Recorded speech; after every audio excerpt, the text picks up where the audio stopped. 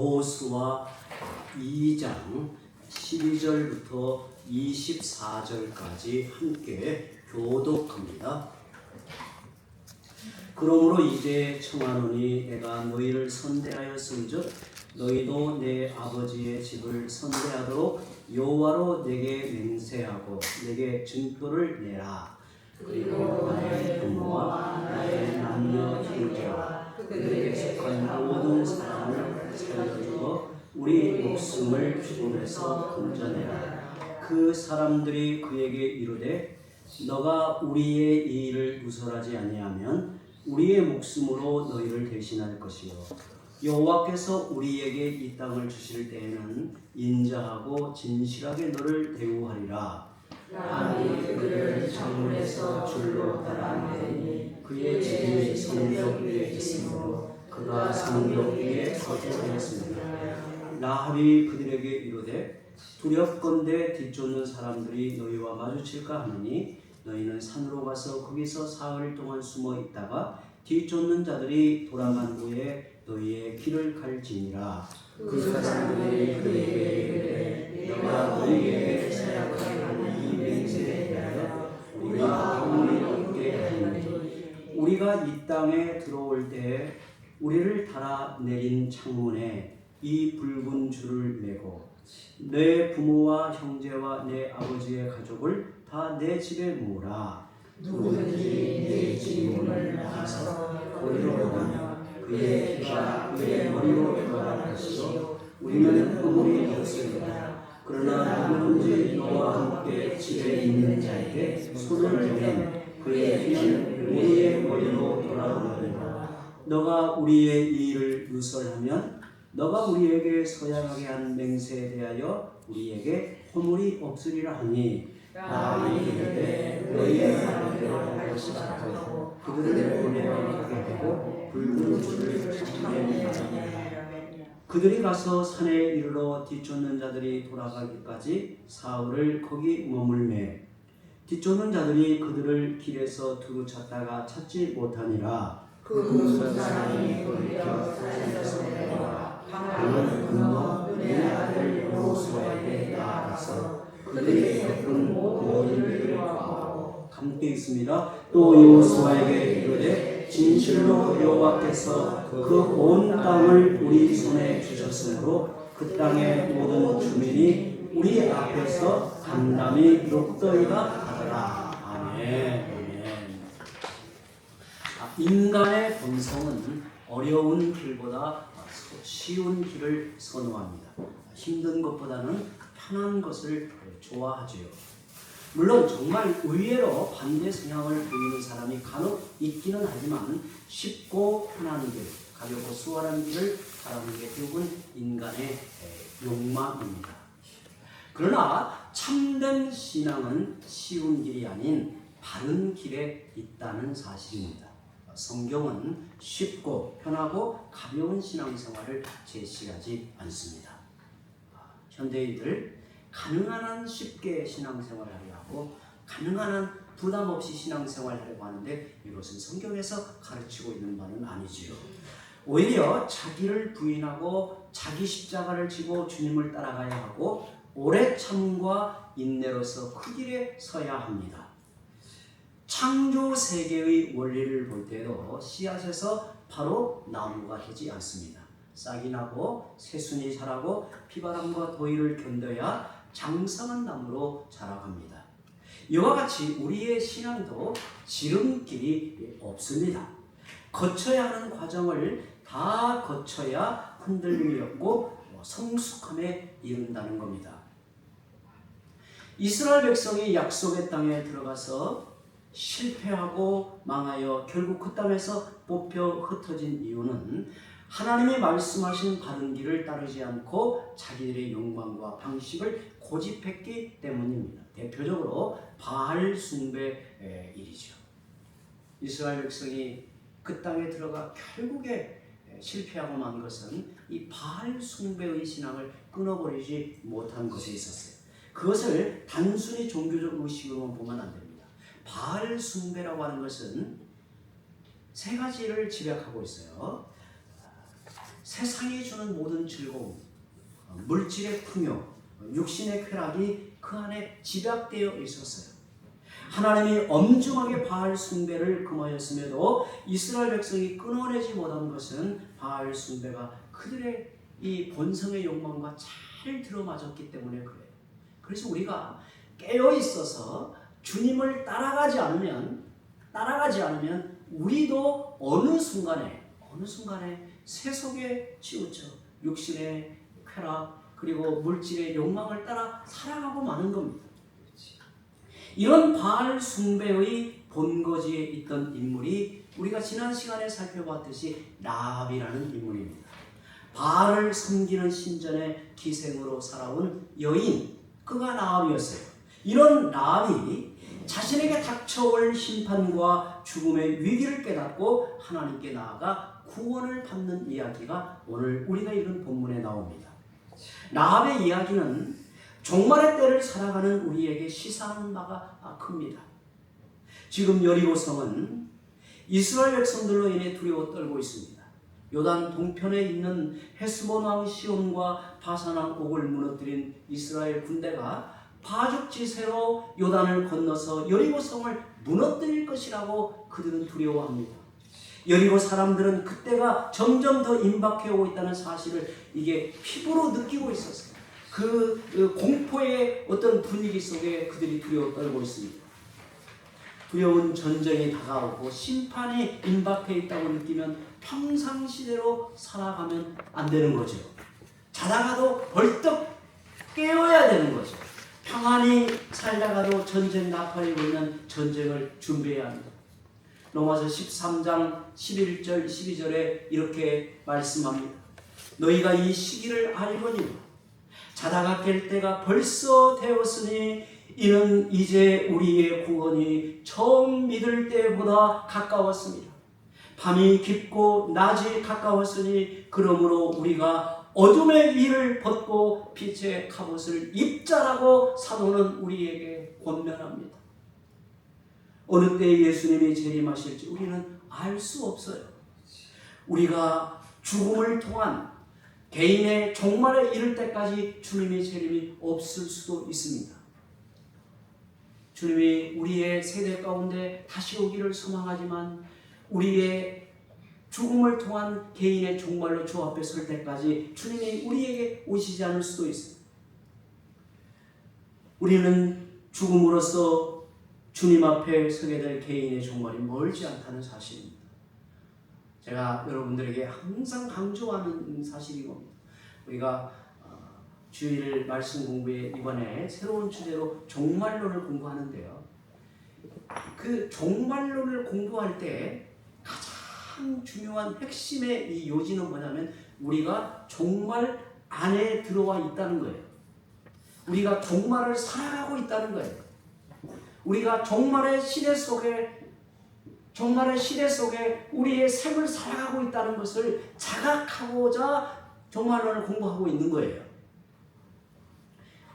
우리의 주님이 다시 오실 날이 멀리 있는 것처럼 느낍니다.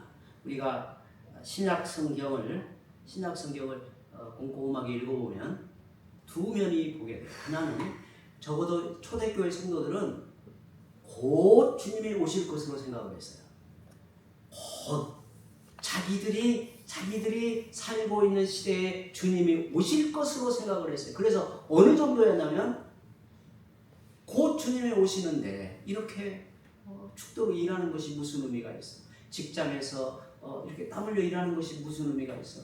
나무를 심고 그리고 터전을 일구는 것이 무슨 의미가 있어? 그래서 주님 오실 날만 손꼽아 이렇게 기다리는 사람들도 있었어요. 그래서 바울이 그걸 지적하죠. 이 정도로 주님이 임박해 오실 것이라는 이 마음을 가졌고 살았어요. 종말의 의식이 그들은 투철했어요. 그런데 벌써 주님이 오신다 하신 이 때가 2000년이 넘어가고 2025년이 되었으니 사람들은 아직 멀었나 보다 이렇게 생각을 하면 안 된다는 거예요. 왜 안 될까요? 여러분 종말은 두 면이 있습니다. 눈을 크게 뜨시고 저를 한번 보세요. 종말은 두 면이 있어요. 하나는 우주적 종말이죠. 주님이 이 땅에 다시 오시면 역사는 종말을 고하고 이제 새하늘과 새 땅이 펼쳐지죠. 그런데 이것만 생각하면 안 돼요. 종말은 또 개인의 종말로서 주님 앞에 다가가요. 주님 앞에 다가가요. 주님 앞에 설 날이 우리에게 멀리 있는 게 아니에요. 사실 우리 개인의 죽음을 통한 종말은 임박해 있다라고 보는 거예요. 저도 마찬가지예요. 저도 올해 제 가까이 정말 사랑하는 이 지체들 주님의 부르심을 보면서 제가 많이 스스로에게 물었어요. 주님 앞에 부르심을 받을 때가 정말 눈앞에 다가왔을 때 후회할까 아니면 어떡할까. 제가 혼자 있을 때도 계속 물었어요. 그리고 최근에도 죽음에 관한 책을 몇 권을 이렇게 읽게 됐어요. 이런 계기로. 저는 감사함이 많더라고요. 감사함. 제 역량과 또 제 수준보다 하나님이 제게 베푸신 은혜의 부요함이 참 크다. 누림이 참 크다. 라는 생각이 많이 들더라고요. 그런데 우리는 주님이 우리에게 오시든 우리가 주님께로 가든 이게 종말이 가까워 오고 있다는 사실이에요. 그렇다면 우리는 인생의 날수가 더해갈수록 세상에 치우쳐 살기보다 하나님과 더 가까워지고 하나님과의 관계가 더 친밀해져야 합니다. 하나님의 그 깊은 마음 가운데 우리의 속 사람이 거하여 그리고 하나님의 은혜가 내 안에 정말 생생하게 작용하여 하나님과 더불어 사는 친밀한 관계가 우리 안에 무르익어야 돼. 라합은 임박해 오는 전쟁과 죽음의 위기를 직감하고 구원받기를 간절히 원했어요. 우리가 앞에 여호수아의 말씀을 보면서 라합이 매우 소망하며 하나님의 구원의 손길을 기다렸던 것을 보게 돼요. 구원을 바랬던 라합에게 두 명의 정탐꾼은 마치 하나님이 자기에게 보내신 구원의 사자와 같았어요. 여호수아 2장을 보면 정탐꾼과 라합 사이에 많은 대화가 오갔음을 알 수 있습니다. 그들의 대화 가운데 라합이 이렇게 말합니다. 11절에 우리가 듣자 곧 마음이 녹았고 너희로 말미암아 사람이 정신을 잃었나니 너희의 하나님 여호와는 위로는 하늘에서도 아래로는 땅에서도 하나님이시니라. 놀라운 고백을 하는 거죠. 그가 바알 숭배, 바알 신앙에 물들어 있던 인생을 살아오다가 여차저차 하나님에게서 하나님의 그 놀라운 일들에 대한 소문을 듣고 그 마음에서 이게 변화가 일어나서 그 마음에 믿음의 역사가 일어난 거죠. 그래서 정탐꾼들을 만나서 많은 대화를 나눈 중에 그의 놀라운 신앙의 고백이 이렇게 표현돼요. 라합은 하나님의 행하신 모든 일들을 보고 들으니 여호와 하나님만이 참된 신이라고 깨닫게 되었음을 이야기합니다. 구원의 사자로 온 두 명의 정탐꾼에게 라합은 자신의 신앙을 고백합니다. 본문 12절은 정탐꾼과 라합 사이에 나오는 대화의 결과로 나온 이야기입니다. 12절 그러므로 이제 청하노니 내가 너희를 선대하였은즉 너희도 내 아버지의 집을 선대하도록 여호와로 내게 맹세하고 내게 증표를 내라. 이렇게 이제 그들에게 요청을 어찌 보면 언약의 형식으로 요구를 했어요. 정말 하나님 앞에서 언약의 방식으로 요구했어요. 라합은 자신과 자기 민족, 가족을 살려주겠다는 증표를 달라고 요구했어요. 증표를 달라. 달리 말하면 어떻게 해야 우리 가족이 구원을 받을 수 있을지 그 방법을 내 앞에 나타내 보이라는 거예요. 우리는 이와 같은 장면을 성경에서 몇 군데 찾아볼 수 있는데요. 대표적으로 빌립보 감옥에서 사도 바울을 통해 성령의 강권적인 역사를 보았던 간수의 고백을 생각해 볼 수 있어요. 아주 유사한 이 장면이에요. 사도행전 16장 30절 31절에 이렇게 말합니다. 그들을 데리고 나가 이르되 선생들이여 내가 어떻게 하여야 구원을 받으리까 하거늘 이르되 주 예수를 믿으라 그리하면 너와 내 집이 구원을 받으리라 라고 말하고 있습니다. 어찌 보면 신약의 버전 그리고 여호수아의 이 말씀이 아주 유사한 이 면을 보게 돼요. 여러분, 내 인생이 흔들리는 위기나 공경에 처해도 인생의 막다른 지경에 내몰린다 해도 그가 하나님의 이름을 부르고 하나님의 도우심을 간절히 구한다면 우리를 거기에서 건져내 주십니다. 아멘. 라합을 보면 그래요. 여러분, 저는 이 말씀을 묵상하면서 이런 생각을 해왔어요. 우리를 좌절시키고 무너뜨리는 근본 요인이 무엇일까? 그것은 내 인생이 흔들리는 위기도 아니고 곤경에 처하는 것도 아니고 인생의 막다른 지경에 내몰린다 해서 내 인생이 무너지는 게 아니라 그 자리에서 하나님의 이름을 부르고 하나님의 도우심을 간절히 구하는 하나님을 향한 손을 내밀지 않아서 우리의 인생이 좌절하고 무너진다는 것을 생각해야 합니다. 시편 40편 1절 2절에 내가 여호와를 기다리고 기다렸더니 귀를 기울이사 나의 부르짖음을 들으셨도다. 나를 기가 막힐 웅덩이와 수렁에서 끌어올리시고 내 발을 반석 위에 두사 내 걸음을 견고하게 하셨도다라고 말합니다. 저는 이 시편 40편 1절 2절 말씀에서 눈에 크게 들어오는 말씀은 나를 기가 막힐 웅덩이와 수렁에서 끌어올리시고 내 발을 반석 위에 두사 내 걸음을 견고하게 하시는 하나님을 보게 됩니다. 구원을 간절히 바랐던 라합에게 구원의 방법이 제시되었습니다. 18절 19절을 보죠. 우리가 이 땅에 들어올 때 우리를 달아내린 창문에 이 붉은 줄을 메고 너의 부모와 형제와 너의 아버지의 가족을 다 너의 집에 모으라. 누구든지 내 집 문을 나가서 거리로 가면 그의 피가 그의 머리로 돌아갈 것이요 우리는 허물이 없으리라. 그러나 누구든지 너와 함께 집에 있는 자에게 손을 대면 그의 피는 우리의 머리로 돌아오려니와. 구원의 방법으로 제시된 것이 창문에 붉은 줄을 매라는 겁니다. 붉은 줄을 매고 가족들이 모두 집안에 있으면 구원을 받을 수 있다는 것입니다. 주의할 점은 그 집 밖으로 나가면 안 된다는 거예요. 저는 이 장면이 마치 뭐가 떠오르냐면 이 장면에서 이스라엘 백성이 출애굽할 때 바로의 근간을 꺾어버리신 마지막 재앙이 떠오릅니다.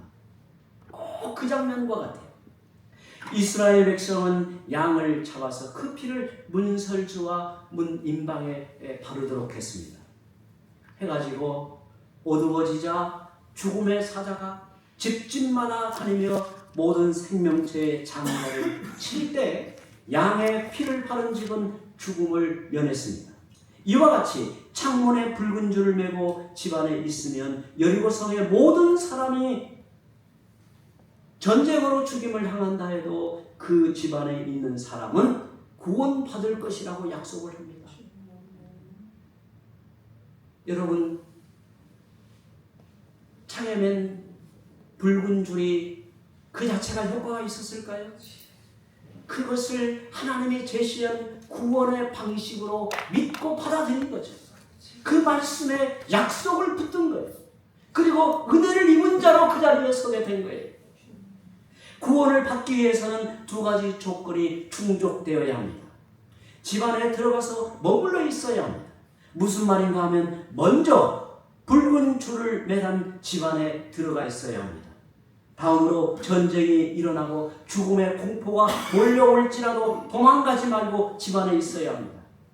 사람들은 두려운 위기 앞에 약속의 말씀이 내 손에 들려 있어도 이리 피하고 저리 피하고 자기 방식대로 움직입니다. 그때 구원의 약속을 굳게 믿고 집안에 머물러 있으라는 거예요.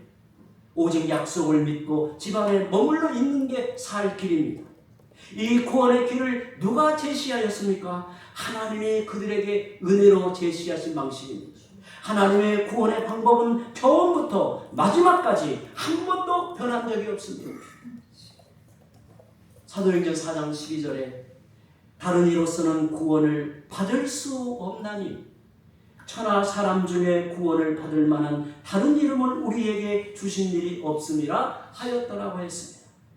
하나님은 창조 때부터 지금까지 예수님 외에 다른 이로서는 구원을 받을 방법을 주신 일이 없습니다.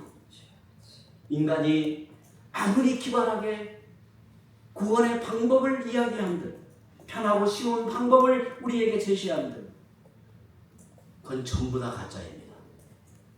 오직 우리에게 하나님께서 우리를 구원하신 길은 그리스도 안에 있다라는 사실을 기억하는 겁니다. 구원의 길은 오직 하나님 한 분에게서만 옵니다. 따라서 구원을 바란다면 하나님이 말씀하신 길을 따라야 합니다. 구원의 길은 우리가 임으로 정하는 게 아닙니다. 오직 하나님만이 계시하여 우리에게 나타내시는 겁니다. 라합은 하나님이 제시한 방법을 그대로 따랐고 그녀와 그녀의 가족 모두 구원을 받게 되었습니다. 그들이 구원에 참여하여 은혜를 입은 자로 우리가 지난 시간에 보았듯이 그가 그리스도의 계보에 참여하였다는 사실, 그의 인생이 위대한 역사에 참여하게 된 거죠. 오늘 우리도 마찬가지. 하나님은 구원받은 자녀에게 그분의 은혜를 받아 누리며 사는 길을 제시하셨습니다. 하나님 말씀의 약속이나 주의 이름의 권세나 은혜의 보좌 앞에 담대히 나아갈 특권을 우리에게 주셨습니다. 기도하지 않고 기도를 통해 베푸시는 하나님의 복을 받을 방법은 없습니다. 말씀을 따라 살지 않고 말씀의 약속한 복을 받을 방법은 없습니다. 섬김과 봉사를 하지 않고 이를 통해 경험하는 은혜를 받을 수가 없습니다. 이는 누구도 예외가 없습니다. 우리는 종종 예외의 길을 생각하며 기대해요. 이런 면에서 신문대로 거둔다라고 하는 사도의 가르침은 매우 의미가 있는 거예요. 라합은 하나님이 주신 방법을 통해 구원을 받았습니다. 21절에 라합이 이르되 너희의 말대로 할 것이라 하고 그들을 보내어 가게 하고 붉은 줄을 창문에 매니라고 말씀합니다. 라합은 정탐꾼이 떠난 후에 붉은 줄을 창문에 맸습니다. 여기서 우리가 보게 되는 중요한 신앙의 원리가 담겨 있습니다. 라합은 신앙을 고백한 후에 구원의 약속을 받은 즉시 창문에 붉은 줄을 맸습니다. 사실 이때부터 구원은 시작이 됩니다. 이 구원은 여리고 성이 함락될 때 완성이 될 것입니다. 창문에 붉은 줄을 맨 라합은 두려운 전쟁의 소식이 계속해서 그들 가운데 덮쳐와도 조금도 두려워하지 않았어요. 붉은 줄을 보면서 구원의 때를 소망하게 됩니다. 전쟁과 심판의 소식이 도리어 라합에게는 구원의 소식으로 들려왔어요. 여러분, 우리의 구원은 예수님을 나의 구주와 주님으로 믿고 고백할 때 이루어집니다. 그리고 예수님이 재림하시는 그날에 우리의 구원은 완성이 됩니다. 종말의 때를 살아가는 삶이 바로 성도의 한 생애임을 우리는 기억해야 합니다. 라합이 창문에 맨 붉은 줄, 이 붉은이라는 말에 티크와트라는 단어를 썼습니다. 이 말은 붉은을 의미하기도 하지만 이 말에는 소망, 희망이라는 의미도 이렇게 담겨져 있어요. 저는 아주 의미가 있다고 봅니다. 라합은 구원의 소망을 품고 창문에 붉은 줄을 맸습니다. 그의 믿음 안에 참 소망이 담겨 있는 겁니다. 우리의 모든 문제를 해결하시고 구원하실 주님을 향한 소망입니다. 그 소망은 우리를 부끄럽게 하지 않을 것입니다. 로마서 5장 5절에 소망이 우리를 부끄럽게 하지 아니함은 우리에게 주시는 성령으로 말미암아 하나님의 사랑이 우리 마음에 부은 바 됨이니라고 말합니다. 그런데 많은 사람들이 신앙생활을 겨우 의무감으로 하려고 합니다. 예배와 말씀, 기도 생활을 신자로서 감당해야 할 짐으로 여깁니다. 하나님이 내게 은혜와 복으로 주신 짐을 무거운 짐으로 생각을 합니다. 신앙생활의 기쁨을 잃어버리고 세상에서 기쁨을 찾으려고 합니다. 하나님을 섬기는 것을 짐으로 생각하고 오히려 세속적인 일에서 기쁨을 찾으려고 합니다. 그래서 이스라엘 백성은 하나님이 주시는 약속의 땅에서 흩어짐을 당했습니다.